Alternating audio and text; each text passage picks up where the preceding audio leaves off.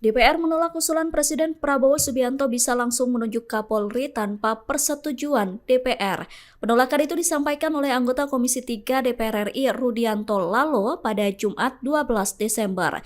Rudianto menilai usulan itu bertentangan dengan prinsip negara hukum dan demokrasi sebagaimana yang diamanatkan UUD 1945. Ia berujuk pada pasal 1 ayat 2 dan 3 UUD 1945 yang menegaskan Indonesia sebagai negara demokrasi konstitusional, sehingga menuntut hadirnya mekanisme kontrol antar cabang kekuasaan. Dalam konteks itu, DPR memegang peran sebagai representasi rakyat yang memberikan legitimasi terhadap jabatan publik strategis.